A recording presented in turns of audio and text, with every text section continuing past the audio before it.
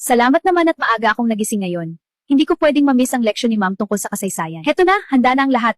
Baon, libro at ang pangarap kong makapagtapos. Tay, papasok na po ako! Sige anak, mag-iingat ka.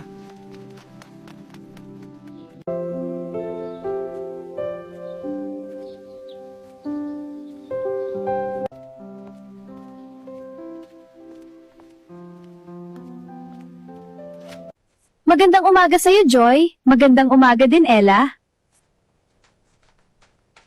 Mang Tonyo, siya nga po pala ang aking panganay, si Joy. Siya po ang aking iniirog na anak.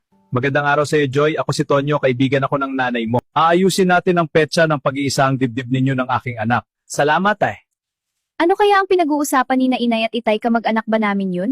Bakit ngayon ko lang nakita ang lalaking yun? Joy, absent ka muna bukas sa may pupuntahan tayo, suotin mo ang bisteda ng binili niyong ina. Sige po, Tay. Bagay sa'yo ang bestida, anak. Ang ganda po, Inay.